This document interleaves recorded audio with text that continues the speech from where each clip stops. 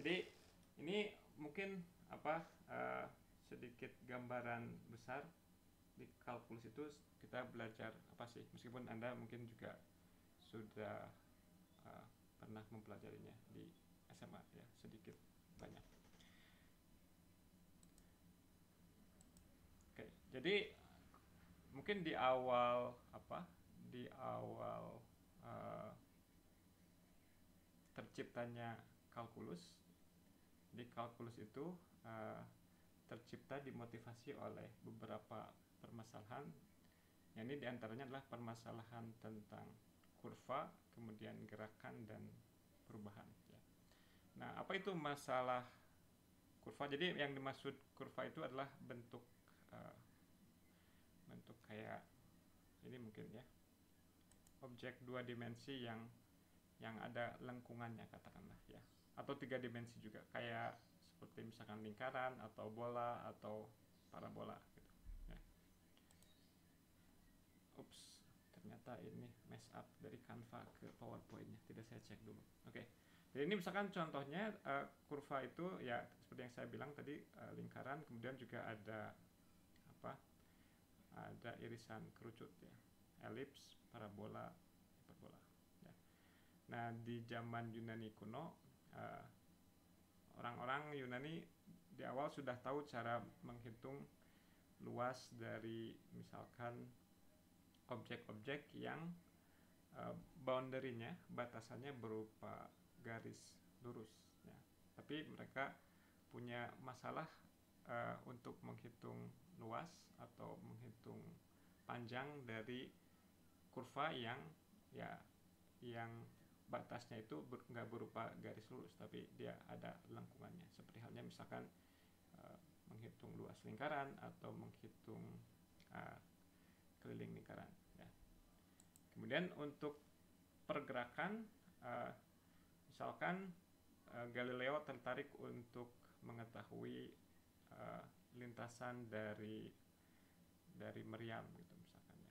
Atau dia juga membuat percobaan untuk melihat ketika dia menggelindingkan bola gitu pada suatu bidang miring, gimana uh, apa gimana dia bisa mendeskripsikan pergerakan si bola tersebut. Hal yang serupa juga terjadi dengan Kepler. Kepler ingin berusaha memahami pergerakan planet ya. Jadi akan saya ini lebih lanjut. Nah, untuk perubahan ya dalam banyak hal kita mengamati bahwa suatu kuantitas berubah bergantung kuantitas yang lain. Biasanya misalkan katakanlah jarak bergantung dengan waktu. Nah, kita ingin memahami bagaimana relasi antara perubahan jarak terhadap waktu, atau ya perubahan apapun terhadap perubahan suatu kuantitas terhadap kuantitas yang lain. Nah, ini ketiga permasalahan tadi bisa dibilang mereka menyelesaikan permasalahan tersebut dengan memperkenalkan konsep ketahinggaan ya. Sebagai contoh misalkan ketika kita ingin menghitung luas ini sebentar, saya rada gatal ini slide-nya, saya ini dulu ya, saya ganti dulu. Dengan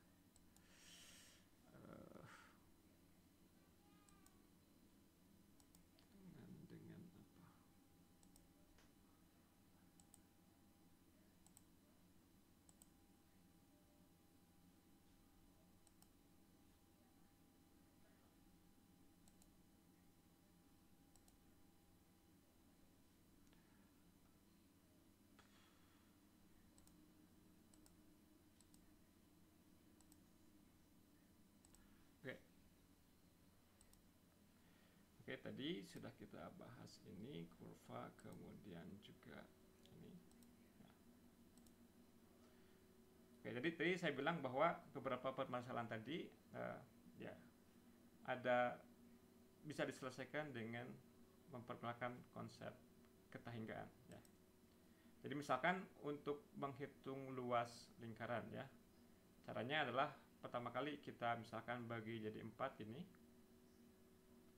lingkarannya, kemudian disusun ulang seperti ini ya. Nah, kalau kita bagi lingkaran ini menjadi irisan pizza lebih banyak lagi, katakanlah seperti ini ya, maka ketika disusun ulang seperti tadi, bentuknya akan seperti ini. Nah, bisa kita lihat bahwa ini misalkan ya, ini enggak betul-betul lurus ya, ini ada ininya, ada berbentuk kurvanya. Tapi Anda bisa bayangkan ketika kita memperkenalkan konsep ketahinggaan, yakni dimana kita memperbolehkan untuk memotong-motong si lingkaran ini menjadi tak berhingga banyaknya slice ya. Maka Anda bisa bayangkan lengkungan yang tadinya itu berbentuk kurva, semakin lama dia akan semakin mendatar ya. Bisa kebayangkan? Nah, si lengkungan-lengkungan ini dia kan sama aja dengan jumlahan dari semua lengkungan pada keliling ini. Jadi panjang total dari lengkungan ini adalah persis sama dengan keliling dari lingkaran ya. Nah, kemudian sisi yang ini ya, katakanlah bisa aja yang sisi sebelah kirinya kita potong setengahnya gitu, kemudian setengahnya yang kita potong di kiri itu kita tempelkan di sebelah sini ya. Sehingga bentuk akhirnya itu mirip-mirip menjadi bentuk sebuah persegi panjang ya. Jadi ketika ini dipotong dengan sangat banyak sekali, semakin banyak, maka bentuk hasil akhir susunannya akan semakin mirip dengan sebuah persegi panjang yang panjangnya sama dengan panjang total lengkungan ini tadi, yakni keliling ya. Kemudian tingginya, nah ini kan tadinya sisi miring katakanlah ya, sisi miring dari si slice, si R-nya itu. Tapi kalau si slice-nya sangat kecil gitu, si sisi miring ini semakin lama akan semakin tegak gitu ya, dan pada akhirnya akan semakin menyerupai persegi panjang, sehingga kita bisa asumsikan bahwa ketika slice-nya ini sangat banyak, maka nanti objek yang berbentuk hampir menyerupai persegi panjang ini bisa kita anggap sebagai objek yang panjangnya sama dengan keliling lingkaran.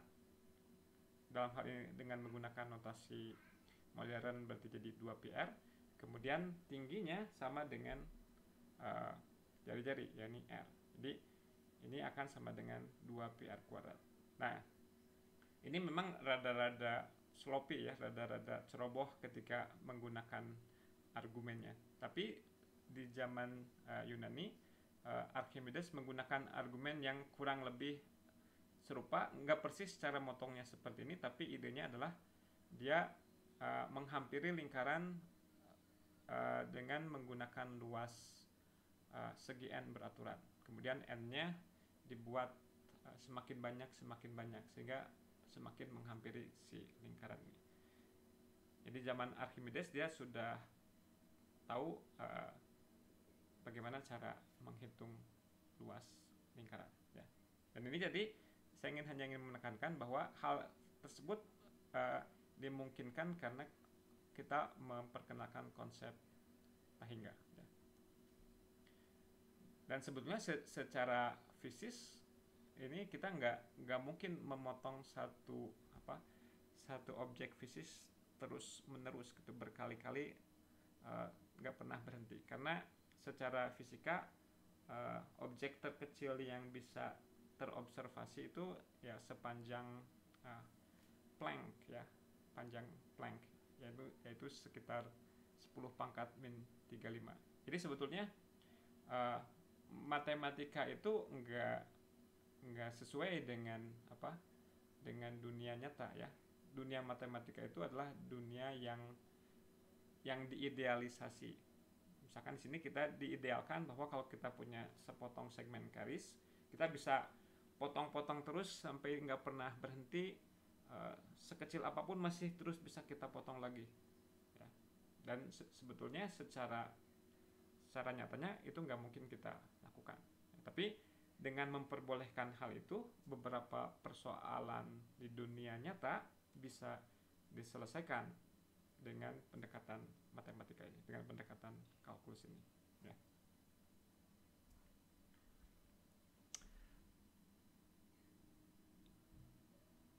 Oke, sebentar. Nah, Archimedes juga berhasil untuk menghitung nilai pi, ya. Jadi pi itu didefinisikannya sebagai rasio dari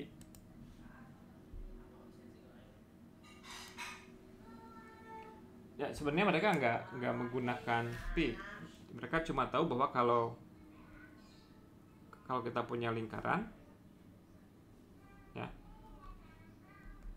kemudian ada diameternya, maka rasio dari keliling dengan diameter itu konstan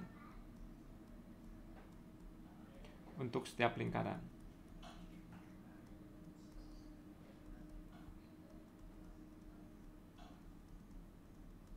Oke. Dan inilah yang disebut sebagai pi. Oke. Nah, misalkan kalau kita coba hampiri si nilai pi dengan menggunakan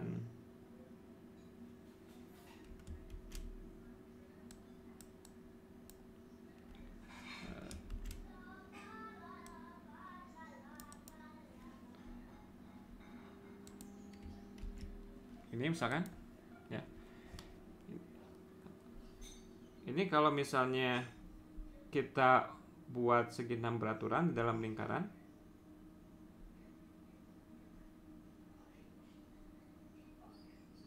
ya. Kalau lingkarannya jari-jarinya R, ya, karena ini segitiganya segitiga sama sisi, berarti yang ini juga sama dengan R juga dong. Ya, ini R, ini R, ini R, R, R, ya. Nah, tadi si pi itu kan sama dengan keliling dibagi dengan 2 kali jari-jari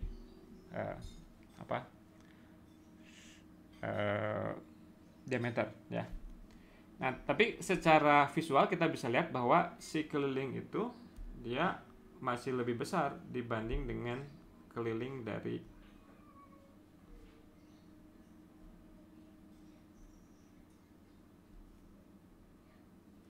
segi 6 beraturan ini, ya. Berarti si keliling lingkaran itu lebih besar dari keliling segi 6, ada 6 buah R, jadi 6R dibagi 2R. Jadi misalkan setidaknya dari penghampiran ini kita tahu bahwa si pi itu besarnya lebih dari 3, ya. Nah, Archimedes menggunakan pendekatan ini, dia mencoba menghampiri nilai keliling dibagi diameter ini. Dia menggunakan 96 segi beraturan, ya. 96 segi beraturan dari luar dan dari dalam lingkaran ini. Nah, dari situ dia berhasil menunjukkan bahwa si pi ini lebih besar dari 3 ditambah 1/71 dan lebih kecil dari 3 1/70, ya. Dan ini yang cukup terkenal, yang sering kita gunakan ketika kita SD. Ini 22/7. Nah, jadi 22/7 itu hanyalah hampiran dari pi, ya.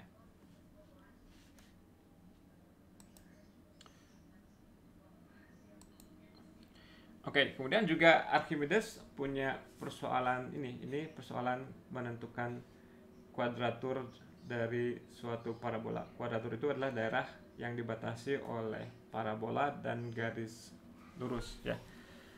Dan Archimedes mengenal parabola itu seperti tadi, dia sebagai irisan kerucut, ya. Nah, idenya dia adalah gimana caranya untuk menyatakan daerah ini dalam bentuk daerah-daerah yang sudah dikenal luasnya. Dan yang sudah dikenal luasnya tentunya yang sisi-sisinya itu berupa garis lurus, ya. Jadi yang dia lakukan adalah pertama dia ya katakanlah ini parabolanya yang ini aja, ya. Ini yang ingin dicari adalah luas daerah di antara parabola ini dan garis lurus ini. Nah, dia ingin menyatakan si luas kuadratur tadi sebagai ekspresi dalam luas segitiga yang ini, ya. Nah, idenya adalah pertama dia cari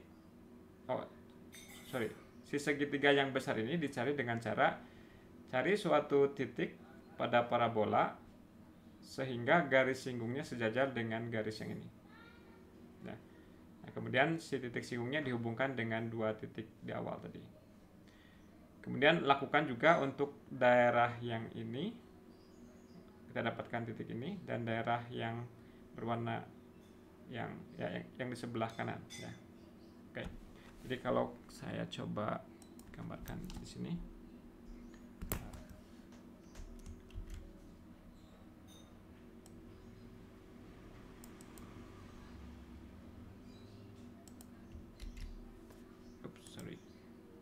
Kenapa masih yang ini?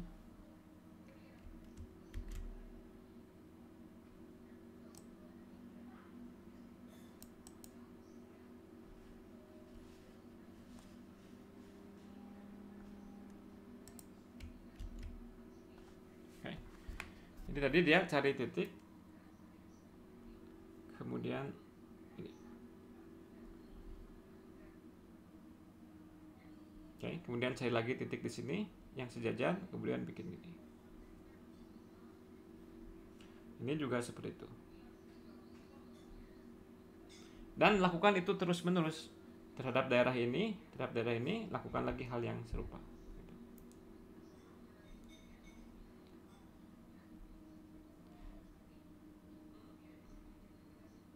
Ya, dan bisa Anda bayangkan jika kita memperbolehkan ada tabel hingga banyaknya segitiga, maka kurang lebih secara intuitif si kumpulan segitiga ini akan mengcover seluruh daerah yang ini, seluruh daerah A ini, katakanlah, ya. Nah, Archimedes bisa menunjukkan bahwa yang ini, ya, total luas daerah segitiga yang ini, yang biru dengan yang pink ini, dia besarnya adalah 1/4 dari segitiga yang ini, ya. Jadi kalau kita coba hitung,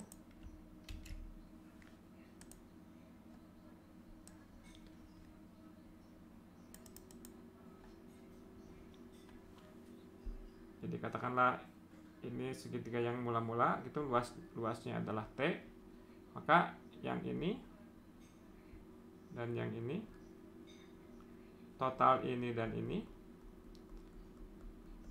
katakanlah T2, ya. Total yang kedua, T2 nya itu ternyata adalah sama dengan 1/4 dari T1. Jadi setiap kali membuat dua segitiga yang baru, kita nambah 1/4 luas dari segitiga yang lama. Jadi kalau kita jumlahkan, jadinya kayak T ditambah 1/4 T ditambah 1/4 dari 1/4 T tambah 1/64 T dan selanjutnya, ya. Dan Anda sudah belajar deret geometri, ya. Jadi ini berapa? Pak, ya. izin Pak, ini slide-nya memang masih di Canva ya Pak ya? Ya. Oh, oke. Sorry. Ya. Jadi saya ulangi lagi, yang ini luasnya T katakanlah ya. Kemudian dua luasan yang diarsir sama Archimedes bisa ditunjukkan dia seperempatnya dari luas segitiga yang pertama ini. Maka luas totalnya akan seperti ini. T ditambah seperempat T, yang berikutnya adalah seperempat dari yang sebelumnya dan selanjutnya. Jadi ini pakai deret geometri, jadinya T 1 min seperempat, jadinya 4/3 T. Nah, saya pribadi sangat terkesan, impress dengan apa yang dilakukan Archimedes ini. Bayangkan orang ini 2000 tahun yang lalu gitu ya. Dan kita juga mungkin zaman sekarang mungkin jarang yang bisa come up dengan ide sebrilian ini gitu ya.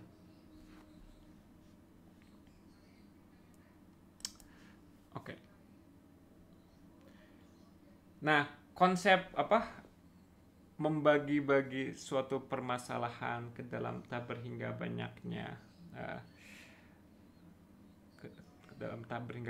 bagian, ya nantinya adalah merupakan ide yang berulang-ulang. Jadi meskipun caranya nggak persis sama seperti yang dilakukan oleh Archimedes, tapi nanti ketika kita belajar integral itu persis seperti yang dilakukan oleh Archimedes idenya ya. Kita motong-motong suatu permasalahan yang kita miliki menjadi tak berhingga banyaknya bagian. Kemudian dari situ kita mencoba menggabungkan dari hasil perhitungan setiap bagian kecilnya, sehingga kita bisa mendapatkan informasi tentang persoalan yang awal. Jadi misalkan ide dari Archimedes ini dipergunakan ketika kita membuat animasi gitu ya. Jadi ini gajah ini ditriangulasi dengan menggunakan poligon ya.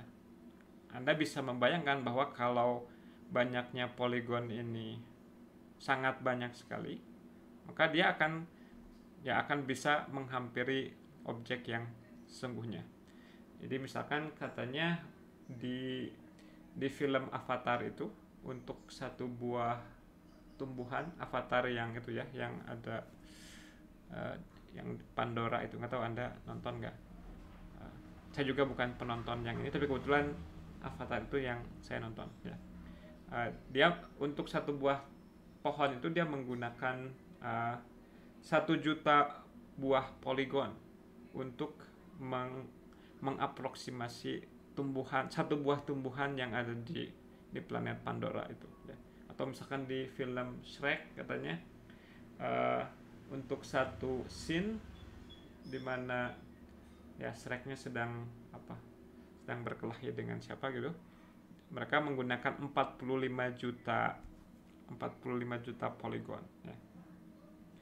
Kemudian juga ide ini dipergunakan juga dalam melakukan operasi wajah gitu. Jadi misalkan bagian wajahnya ditaksir dengan poligon seperti ini, kemudian ya isinya isi daging di dalamnya ditaksir dengan objek versi tiga dimensinya dari poligon. Jadi kayak tetrahedron gitu ya. Nah, dari situ para ilmuwan bisa memprediksi misalkan kalau dilakukan operasi di sebelah sini nanti hasil akhirnya kira-kira seperti apa itu misalkan ya. Oke. Nah, ini beberapa hal yang dipakai, ide-idenya Archimedes yang dipergunakan. Kemudian untuk ini saya kebetulan bikin slide-nya belum selesai, jadi berikutnya akan saya ceritakan secara verbal, tapi kita coba kembali ke si Galileo ya. Oke, Galileo dan Kepler misalkan ya. Jadi Galileo nih Galileo tuh bikin percobaan dia ingin memahami kalau benda dijatuhkan itu gimana pergerakannya ya. Tapi kalau dijatuhkan begitu saja dia akan kesulitan untuk mengukur ininya, untuk mengukur jarak dari si objek setiap saatnya. Nah maka yang dia lakukan adalah dia bikin kayak ya mungkin Anda bisa lihat di internet ininya, bentuk incline plane yang sebenarnya, kemudian bola digelindingkan. Okay. Nah dia menggunakan jam air gitu untuk mencatat misalkan setelah satuan waktu tertentu bolanya ada di sebelah mana katakanlah ya. Nah, dia catat, kemudian dia menemukan ternyata bahwa si jarak tempuh bola itu ada polanya. Misalkan kalau untuk satu satuan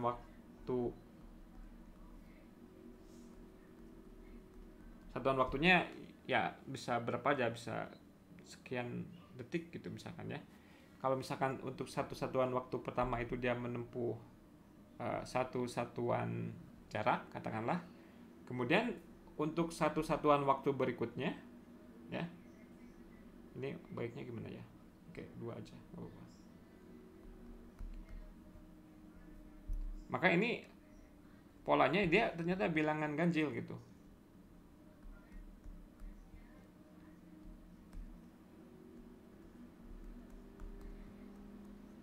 Oke.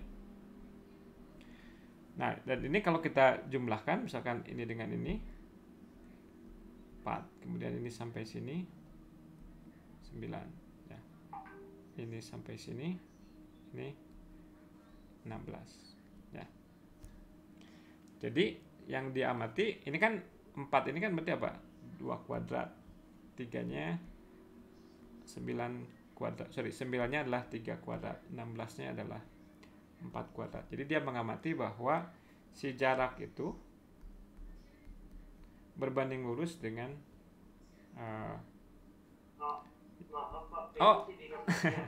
terima kasih. Sorry. Oke. Saya ulang lagi. Oke, jadi bola digelindingkan ke bawah, kemudian dia catat pakai jam air gitu, untuk satu satuan waktu bolanya ada di mana, kemudian satu satuan waktu yang sama berikutnya dia ada di mana bolanya, dan selanjutnya ya. Ternyata dia mencatat bahwa polanya mengikuti bilangan ganjil. Untuk satu satuan waktu misalkan jarak tempuhnya satu satuan jarak, untuk satu satuan waktu berikutnya si bolanya ada di 3 meter katakanlah, berikutnya ada di 5 meter, bukan di 3 meter, tapi dia menempuh jarak 3 meter untuk satu satuan waktu berikutnya. Satu satuan waktu berikutnya dia menempuh jarak 5 meter, berikutnya 7 meter ya. Nah kalau ini kita jumlahkan, ini 1 tambah 3 4, kemudian 1 tambah 3 tambah 5 ini 9, kemudian sampai 7 dia 16. Nah kaitan antara angka 14916 dengan 12344 ini kan yang sebelah kanan ini adalah kuadratnya yang sebelah kiri ya. Oke, yang ini itu 14916 ini menyatakan total jarak ya. Jadi total jarak berbanding lurus dengan T kuadrat gitu, ya. Nah rumus aslinya kemudian dia juga bisa dapatkan apa sih, GLH, saya nggak ingat, GH per L gini T kuadrat gitu ya. Tapi yang observasi ini yang penting. Nah kemudian Galileo inilah yang pertama kali memperkenalkan konsep kecepatan sesaat. Kan biasanya kalau kita hitung itu kecepatan rata-rata ya, dari titik A ke B kita tempuh dalam berapa lama. Maka kecepatan rata-ratanya adalah jarak tempuh dibagi waktu tempuh ya. Nah, Galileo memperkenalkan konsep kecepatan sesaat ya. Nah, semasa Galileo juga ada Kepler ya. Jadi Kepler ini ya berusaha keras untuk memahami si planet itu aturannya apa sih, dia pergerakannya apa. Nah, sebelumnya Kepler sudah membaca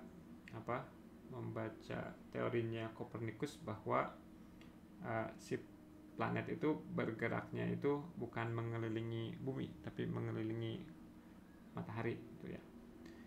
Nah, ini ya Anda bayangkan aja, untuk ngumpulin data planet gitu pergerakannya mungkin kan nggak mudah, harus perlu kesabaran. Dia ya mencoba mencocokkan dengan objek-objek geometris apa gitu kira-kira si planetnya sesuai. Ternyata akhirnya dia menemukan bahwa si planet itu bentuk pergerakannya mengikuti elips ya, dan elips itu adalah salah satu dari irisan kerucut yang dipelajari oleh Archimedes tadi. Kemudian dia mendapatkan bahwa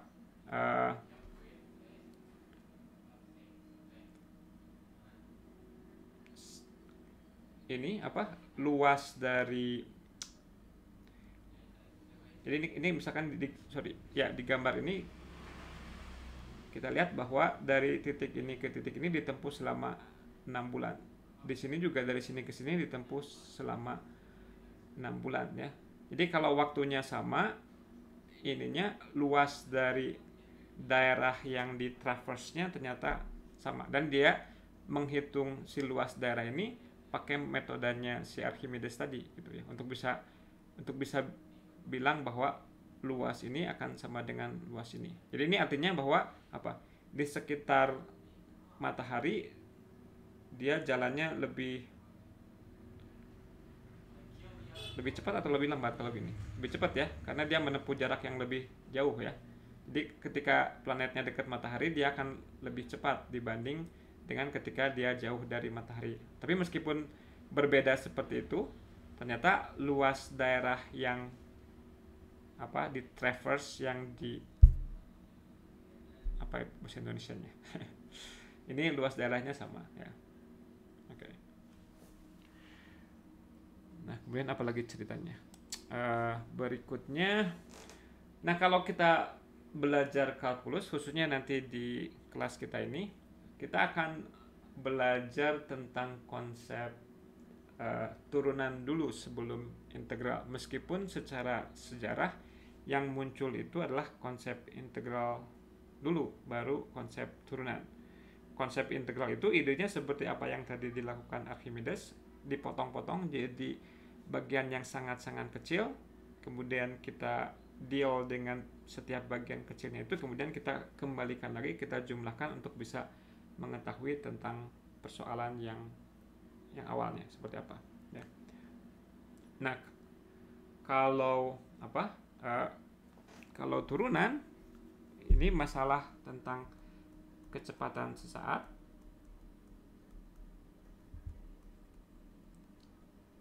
ya, seperti yang tadi dirumuskan oleh Galileo juga. Jadi misalkan kalau Anda bayangkan Anda berada dalam mobil gitu ya, Anda melihat jarum jam dari speedometer Anda, pada setiap saatnya Anda melihat mobil itu berada pada kecepatan berapa gitu ya. Itu yang maksud dengan kecepatan sesaat. Katakanlah kita ingin mengetahui kecepatan mobil persis di waktu ini, di T sama dengan T0 ya. Maka yang bisa kita coba adalah kita coba hitung kecepatan rata-rata pada selang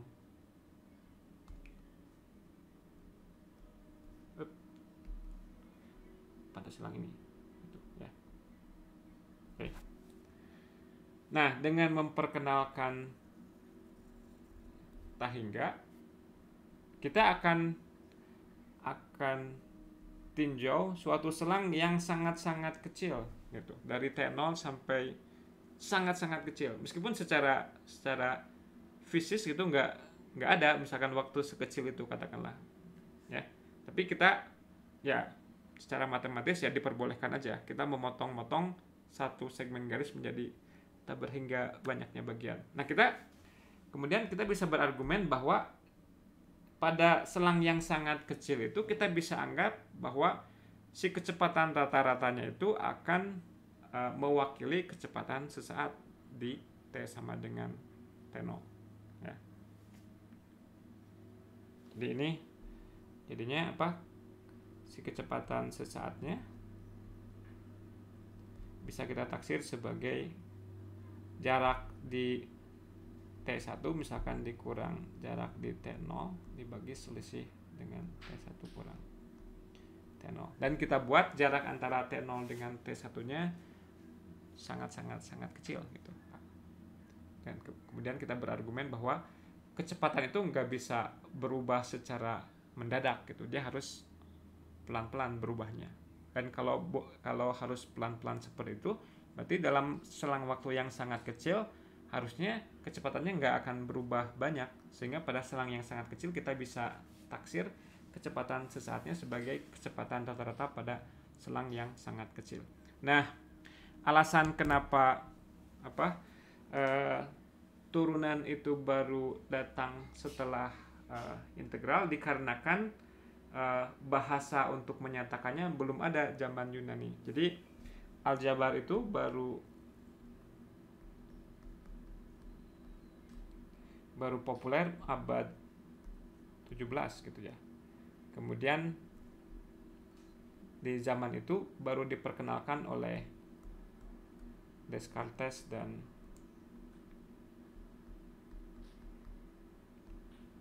Fermat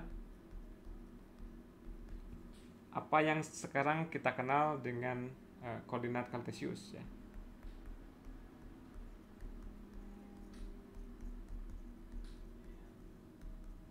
Jadi si Fermat ini matematikawan amatir, pekerjaan yang sebenarnya adalah dia pengacara. Dia melakukan hobi matematikanya ya setelah selesai bekerja, dan sebetulnya si Fermat ini memperkenalkan konsep koordinat Cartesius yang kita kenal lebih awal dari Descartes gitu. Tapi Descartes ini orangnya lebih ribut dan dia rada-rada arogan gitu. Sehingga akhirnya mendapat ya, kalau Anda bicara dengan cukup keras mungkin orang-orang jadinya lebih banyak memperhatikan Anda. Jadinya orang-orang lebih mengenal si koordinat Cartesius itu sebagai ya diatributkan kepada Descartes, meskipun sebetulnya Fermat punya lebih awal memperkenalkannya. Nah, dengan adanya koordinat Cartesius ini matematikawan jadi punya banyak objek yang bisa diteliti, kurva yang bisa diteliti, karena setiap ekspresi aljabar bisa dibuat grafiknya di dalam koordinat Cartesius ya. Nah, baru setelah aljabar diterima dengan cukup luas, maka konsep yang tadi itu, yang kecepatan sesaat, bisa diformulasikan secara aljabar ya. Dan ini konsep kecepatan sesaat ini berkaitan erat juga dengan permasalahan geometri mencari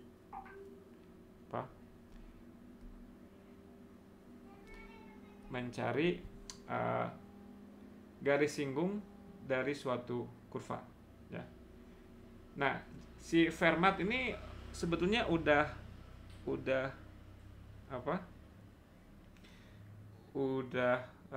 hampir gitu ya, udah hampir menemukan kalkulus. Tapi mungkin karena apa ya alasannya, nggak tahu juga. Jadi dia misalkan ketika ada kurva gitu ya, untuk mencari maksimumnya gini, yang dia lakukan adalah dia melihatnya secara visual. Oh, berarti ini maksimumnya ini terjadi ketika ya ini hanya menyentuh saja di sini. Jadi yang dia lakukan adalah dia mulai dari garis ini, kemudian dia dia geser-geser ke atas gitu si garisnya. Nah, dengan metode ini dia bisa mencari lokasi di mana si maksimum ini terjadi ya. Jadi ini disebutnya sebagai apa ya istilahnya. Nah, Descartes juga melakukan hal yang serupa, bahkan dia merasa bangga dengan hasil penemuannya gitu. Tapi yang dia lakukan idenya sama, tapi alih-alih menggunakan garis, dia menggunakan lingkaran. Jadi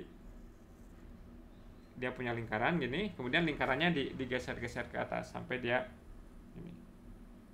Ya.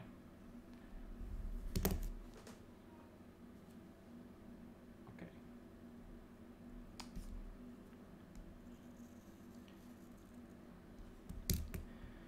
Oke, jadi itu awal muasal konsep turunan. Nah, kemudian berikutnya adalah konsep integral, dan ternyata antara integral dan turunan itu berkaitan erat. Mungkin sebelum ke integral kita bisa sedikit mengatakan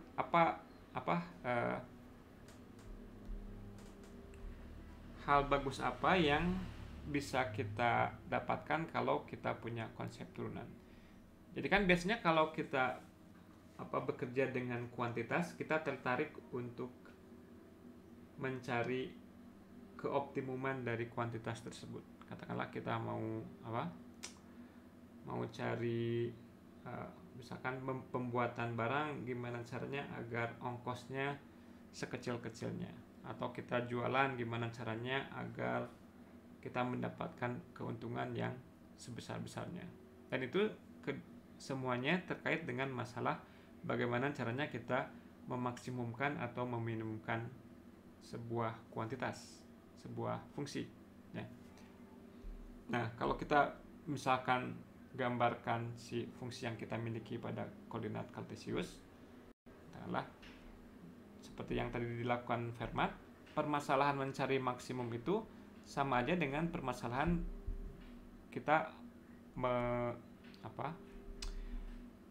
mencari lokasi di mana garis singgungnya mendatar gitu ya. Jadi kalau kita punya konsep turunan, maka kita bisa menjawab permasalahan tentang optimasi tadi, mencari maksimum dan minimum dari suatu kuantitas ya. Nah, permasalahan berikutnya adalah permasalahan integral ya. Jadi ini mungkin integral ini seperti yang dilakukan oleh Archimedes tadi adalah kita melakukan divide and conquer ya. Kita bagi-bagi, kemudian kita kumpulkan, kita gabungkan. Luas tadi, misalkan luas daerah di bawah kurva. Nah, untuk yang ide modern ini akan dihampiri dengan persegi panjang.